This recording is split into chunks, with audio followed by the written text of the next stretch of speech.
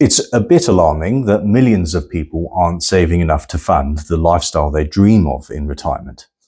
Even more concerning, many of us haven't saved enough to cover basic living expenses, let alone the fun stuff.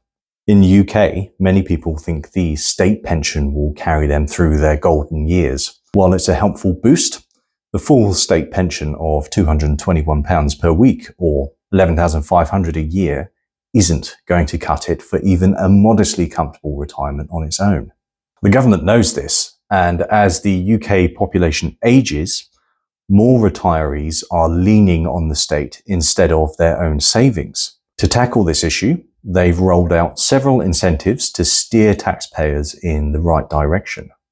You might not realise it, but many of us are already tucking away part of our salary into a pension each month. Thanks to the introduction of Auto Enrolment in the UK, which makes enrolling in a workplace pension mandatory, private sector membership has shot up dramatically. A study showed that right after Auto Enrolment kicked in, private sector pension membership jumped from just over 30% to more than 70%. A massive leap in both membership and the funds held within pensions.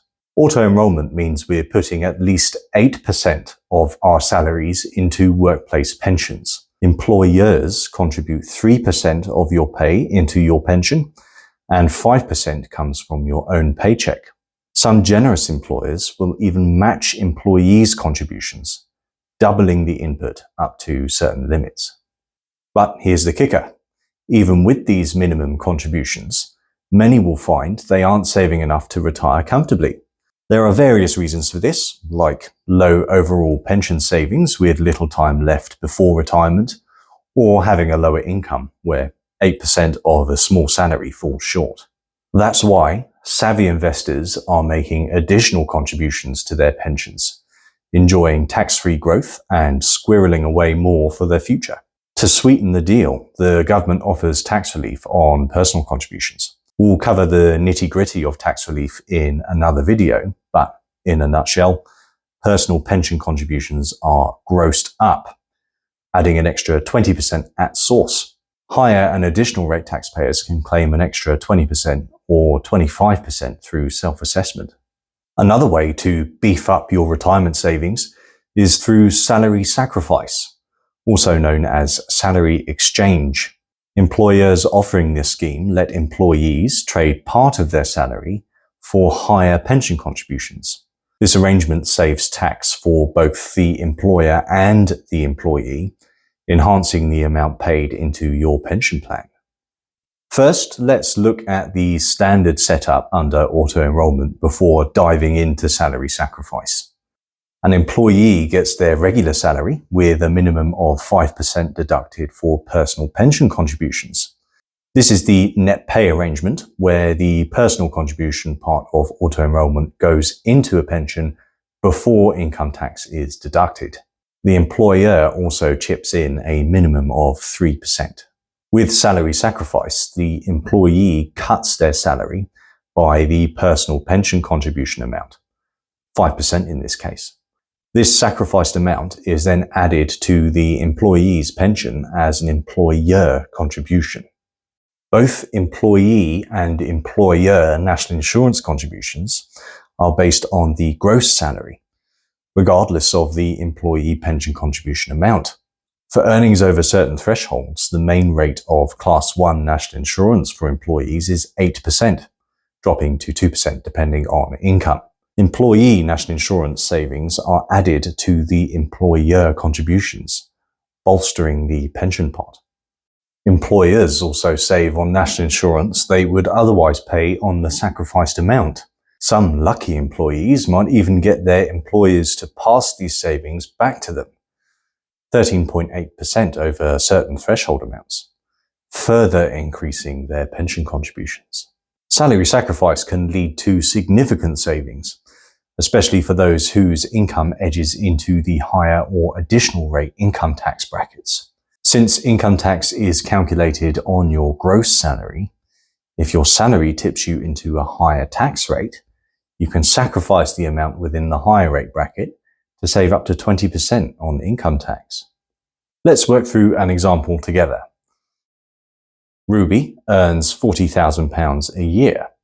Her employers offer her the option to sacrifice her salary to boost her pension contributions. Being a generous bunch, they'll pass their national insurance savings to her as well. Under Auto Enrolment, she currently contributes 5% and her employer adds 3%, the statutory minimums. She wants to know how much she'll benefit if she sacrifices her salary without reducing her net pay. First, on a gross salary of £40,000, Ruby makes £2,000 in personal pension contributions per year. She pays £5,086 in income tax and £2,194 in national insurance contributions, leaving her with a net pay of £30,719. If Ruby sacrifices £2,222 of her annual salary, bringing her gross salary to £37,777, she'll pay lower income tax and national insurance, £5,041 and £2,016 respectively.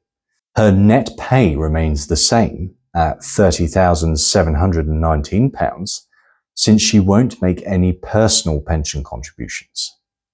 Before salary sacrifice, Ruby's employer pays £4,264 in national insurance and £1,200 in pension contributions, totaling £45,464.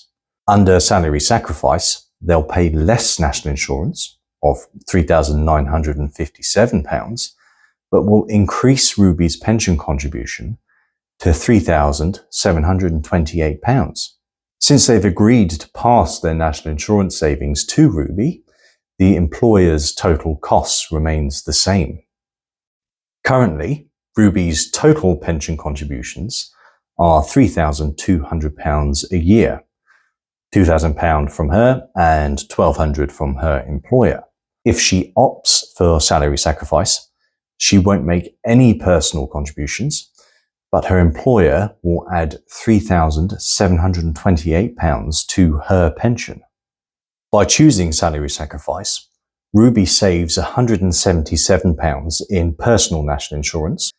She also saves £44 in income tax, and her pension contribution increases by £528, for a total saving of £751. Ruby's take-home pay also stays the same. This seems like a no-brainer, but there are one or two things to bear in mind before accepting salary sacrifice. In the UK, you're unable to access your pensions until you are at least 55 years old, soon to increase to 57. If you're a younger investor, this can be a long time to tie up your money. Additionally, if you're looking to borrow money, say for the purpose of a mortgage, lenders will use your salary as a basis of affordability. By sacrificing your salary, you may not be able to borrow as much. If you'd like to discuss how salary sacrifice can benefit you, or if there are any areas of finance you'd like explained in further videos, don't hesitate to leave us a comment or get in touch with us directly. We're happy to help on an individual basis.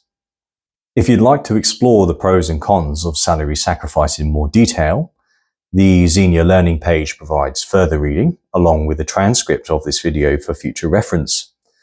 Don't forget to like and subscribe for more tips on tax savings, investment strategies, and financial planning.